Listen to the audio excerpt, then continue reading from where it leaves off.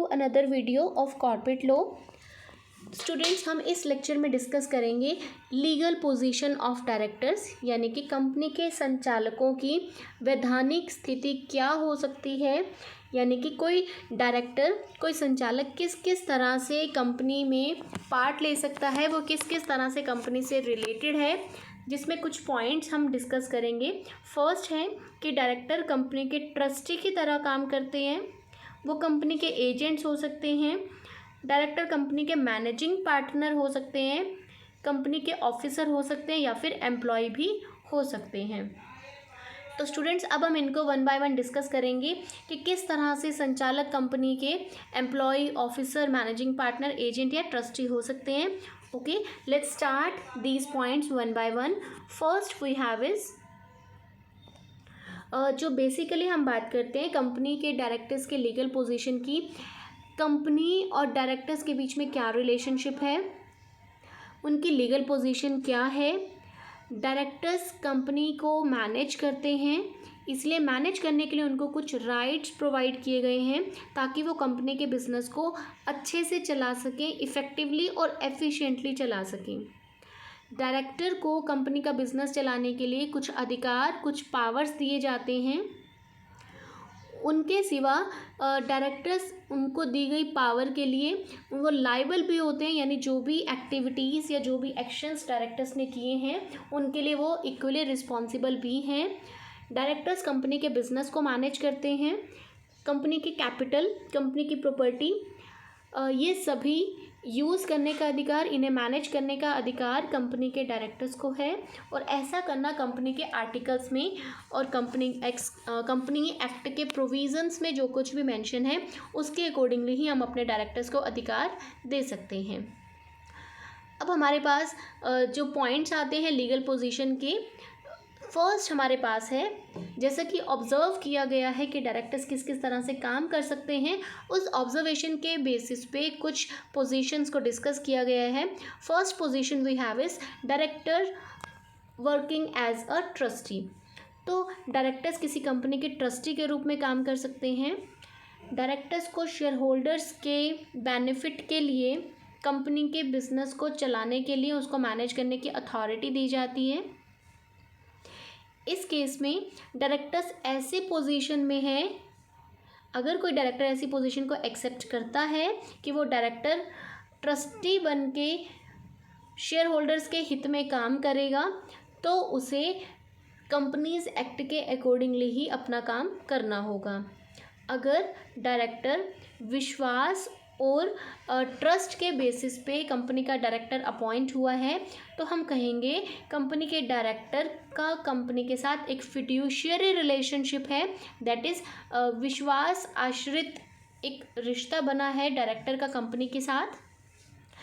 इसके बेसिस पे directors company की सभी प्रॉपर्टीज़ को मैनेज करने के लिए रिस्पॉन्सिबल हैं, चाहे वो कंपनी की कैपिटल हो, कैश हो, कंपनी की एसेट्स हो, ये सभी डायरेक्टर्स को कंपनी के बिजनेस को परफॉर्म करने के लिए उन्हें यूज़ करना अलाउ किया जाता है। डायरेक्टर्स अपने ट्रस्ट को, अपने जो रिस्पॉन्सिबिलिटी उनको दी गई है उसको जस्टिफाई करने के लिए कंपनी को प्रायोरिटी देंगे, जबकि उनका सेल्फ इंटरेस्ट सेकेंडरी होगा। इट मीन्स कंपनी अपने डायरेक्टर्स के लिए जो कुछ भी करेगी या डायरेक्टर्स को कंपनी के लिए जो कुछ भी करना है वो उनका प्राइमरी टास्क है, और सेकेंडरी उनको अपनी नीड्स रखनी है। कंपनी के एक्शंस के लिए डायरेक्टर्स या तो इंडिविजुअली लायबल होंगे और साथ में board of directors combined level पे या जॉइंटली भी रिस्पॉन्सिबल होंगे। अब बात आती है ट्रस्टी की फॉर्म में डायरेक्टर्स किन किन चीज़ों के लिए रिस्पॉन्सिबल हैं।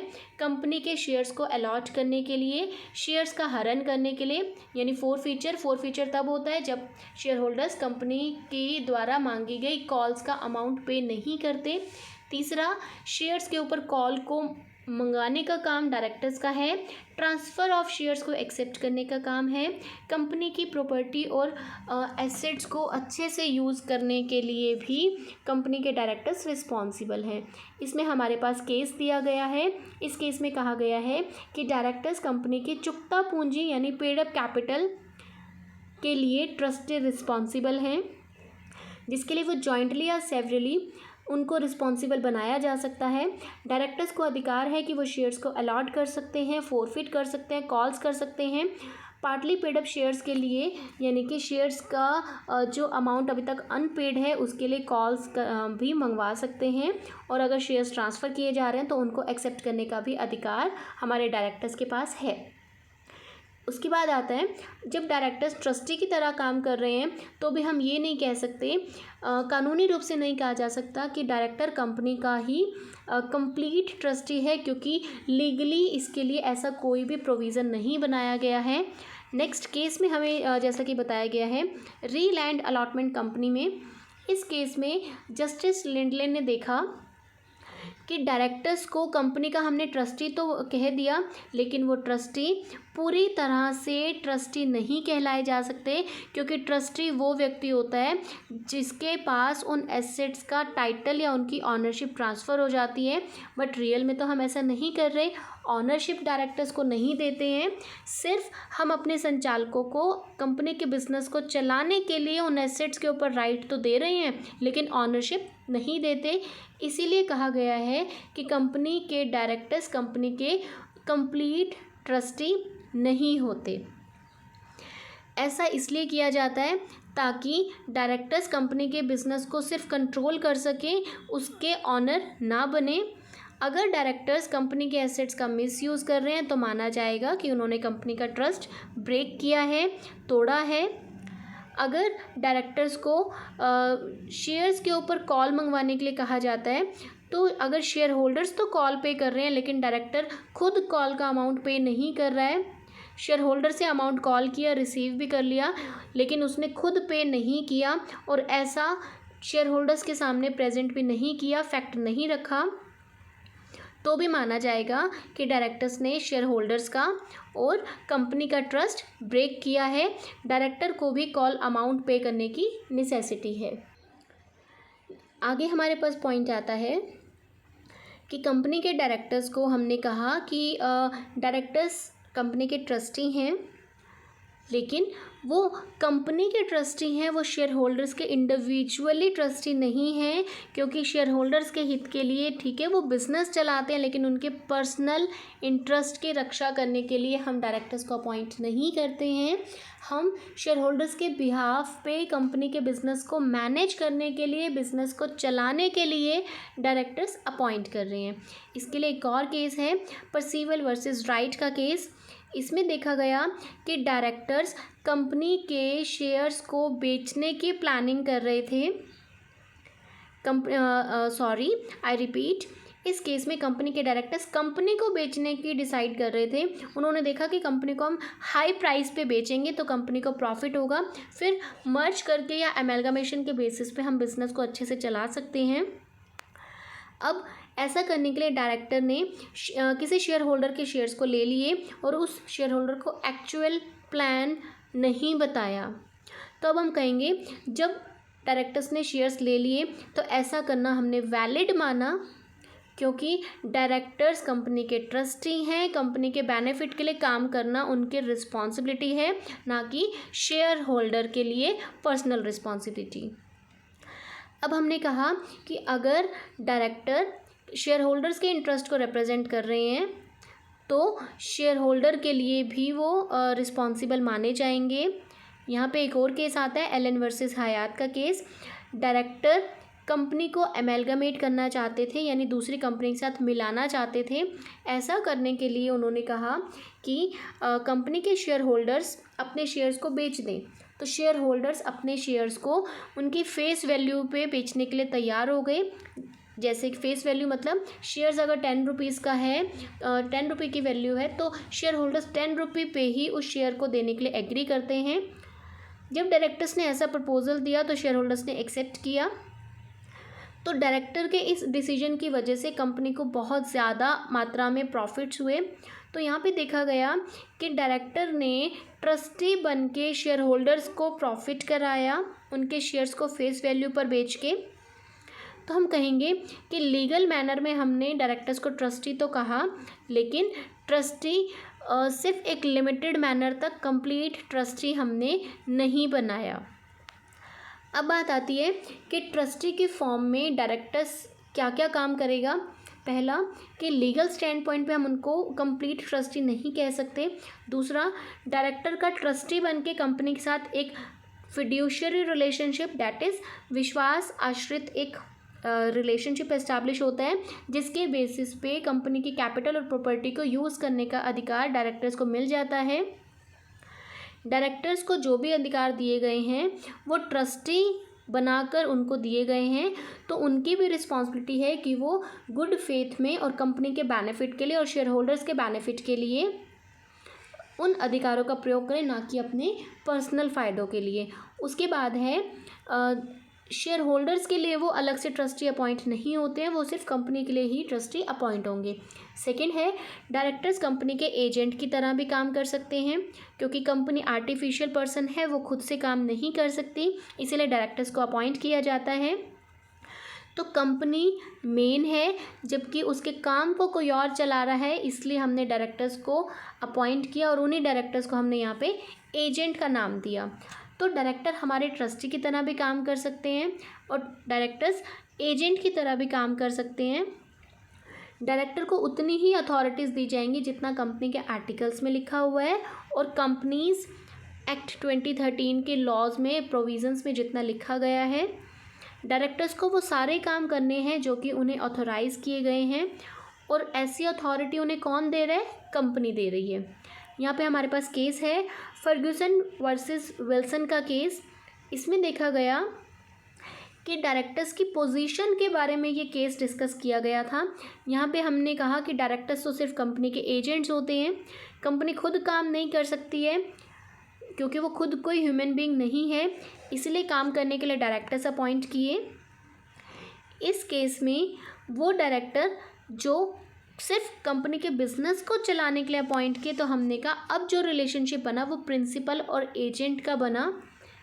तो यहाँ पे सिर्फ और सिर्फ कंपनी के बिजनेस को चलाने के लिए, फैसिलिटेट करने के लिए हमने कुछ व्यक्ति अपॉइंट किए, उनका नाम हमने एजेंट रखा। ये एजेंट उतना रिस्पॉन्सिबल है जितने मतलब जैसे अगर डायरेक्टर रिस्पॉन्सिबल हैं तो अब हम डायरेक्टर को एजेंट का नाम दे रहे हैं, एजेंट भी रिस्पॉन्सिबल है उतने लायबिलिटी के लिए जहाँ पे प्रिंसिपल भी रिस्पॉन्सिबल है। अगर किसी काम को करने के लिए कंपनी रिस्पॉन्सिबल है तो डायरेक्टर्स कंपनी का काम चला रहे हैं तो वो इंडिविजुअली रिस्पॉन्सिबल नहीं है, वो एजेंट भी रिस्पॉन्सिबल नहीं है। कंपनी की रिस्पॉन्सिबिलिटी यानी एजेंट की रिस्पॉन्सिबिलिटी, और एजेंट की रिस्पॉन्सिबिलिटी मतलब कंपनी की रिस्पॉन्सिबिलिटी। कंपनी उन सभी कामों के लिए डायरेक्टर्स को रिस्पॉन्सिबल बनाएगी जितना अथॉरिटी उन्होंने डायरेक्टर्स को एजेंट बना के दी है। अगर डायरेक्टर्स अपने अधिकार क्षेत्र से बाहर जाके कोई काम करते हैं तो उसके लिए डायरेक्टर्स पर्सनल रिस्पॉन्सिबल हैं, क्योंकि ऐसा करने के लिए कंपनी ने उनको परमिशन नहीं दी है। आगे बात आती है, अगर कोई डायरेक्टर अपने नाम से कोई कॉन्ट्रैक्ट कर लेता है और वो कॉन्ट्रैक्ट उसने कंपनी के लिए ही किया है, और जब अदर पार्टी यानी जिस पार्टी से उसने कॉन्ट्रैक्ट किया उनको पता चल जाता है कि डायरेक्टर ने तो अपने नाम से कॉन्ट्रैक्ट कर लिया, तो ऐसा पर्सन जिसके साथ कॉन्ट्रैक्ट किया गया है वो कंपनी के ऊपर केस फाइल कर सकता है। अब यहाँ पे देखा जाएगा कि डायरेक्टर ने जो कॉन्ट्रैक्ट किया था वो उसके अधिकार क्षेत्र से तो बाहर है लेकिन कंपनी के अधिकार क्षेत्र के अंदर है, तो ये अल्ट्रा वायरस नहीं है, क्योंकि अल्ट्रा वायरस एक्ट वो होता है जो कंपनी अपने मेमोरेंडम की लिमिट से बाहर जाके करती है। अब ये कंपनी के तो एरिया में था, कंपनी के अधिकार क्षेत्र में था, तो कंपनी के मेंबर्स डायरेक्टर के अधिकार क्षेत्र से बाहर किए गए कार्य के लिए जो कि कंपनी के बेनिफिट के लिए है, ऐसे कार्यों के लिए कुछ रेक्टिफिकेशंस करके डायरेक्टर का वो कॉन्ट्रैक्ट एक्सेप्ट कर लेंगे और डायरेक्टर का वो कॉन्ट्रैक्ट वैलिड माना जाएगा। नेक्स्ट पॉइंट आता है कि डायरेक्टर किसी कंपनी के मैनेजिंग पार्टनर भी हो सकते हैं। यस, क्योंकि डायरेक्टर्स शेयर होल्डर्स के द्वारा चुने हुए प्रतिनिधित्व होते हैं, तो ऐसे प्रतिनिधि कंपनी के शेयर्स भी लेते हैं। कंपनी के काम भी करते हैं, कंपनी के स्वामित्व से संबंधित काम भी डायरेक्टर्स को करने होते हैं।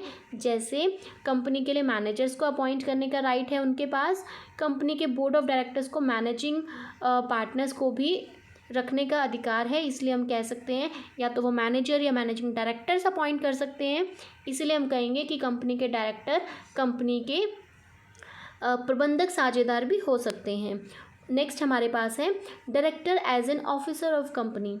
कंपनीज एक्ट के अकॉर्डिंग कोई डायरेक्टर कंपनी का कोई अधिकारी भी हो सकता है, क्योंकि वो कंपनी द्वारा किए गए कामों के लिए डायरेक्टर ही रिस्पॉन्सिबल है। डायरेक्टर ने जो कुछ भी किया वो कंपनी के लिए किया है, कंपनीज एक्ट के अकॉर्डिंग किया है। और अगर कोई डायरेक्टर ऑफिसर के फॉर्म में किसी काम को करने में डिफ़ॉल्ट करता है तो उसके लिए ये पनिशेबल है। उसके बाद डायरेक्टर को कंपनी का कर्मचारी भी समझा जा सकता है, क्योंकि डायरेक्टर को जब अपॉइंट किया जाएगा तो उसके साथ भी कॉन्ट्रैक्ट किया जाता है, अनुबंध किया जाता है। उस अनुबंध के अकॉर्डिंग एक स्पेसिफिक टाइम पीरियड के लिए उस डायरेक्टर को कंपनी को अपनी सेवाएं देनी है। बदले में उन सेवाओं के रिटर्न में कंपनी उसको रेम्यूनरेशन पे करती है। तो इस तरह से हम कहेंगे कि डायरेक्टर कंपनी का कोई कर्मचारी या एम्प्लॉय भी हो सकता है। यहाँ पे हमने कहा कि अब कंक्लूज़न की अगर हम बात करें, हमने 5 पॉइंट्स पढ़े, trustee, agent, managing director, employee और ऑफिसर। तो हमने कहा डायरेक्टर की कोई स्पेसिफिक पोजीशन नहीं हो सकती। कंपनी के लिए डायरेक्टर अलग अलग मैनर में भी काम कर सकता है, लेकिन जब कंपनी अपने लिए डायरेक्टर्स अपॉइंट करेगी तो एक फिड्यूशियरी यानी विश्वास वाले रिलेशनशिप के बेसिस पे डायरेक्टर्स को अपॉइंट किया जाएगा। ऐसे डायरेक्टर उस विश्वास को बनाए रखते हुए कंपनी के लिए काम करेंगे, कंपनी के एसेट्स को यूज़ करेंगे और कंपनी के बिज़नेस को चलाएंगे। अगर कोई डायरेक्टर कंपनी के एसेट्स का मिसयूज़ करता है तो माना जाएगा उसने उस फिड्यूशियरी रिलेशनशिप को ब्रेक किया है, जो उसके लिए एक पनिशेबल ऑफेंस होगा। Students, that's all for legal position of directors. Please आप इस टॉपिक को पढ़िए, इसमें कोई डाउट है तो आप मुझसे पूछ सकते हैं। Thank you for watching.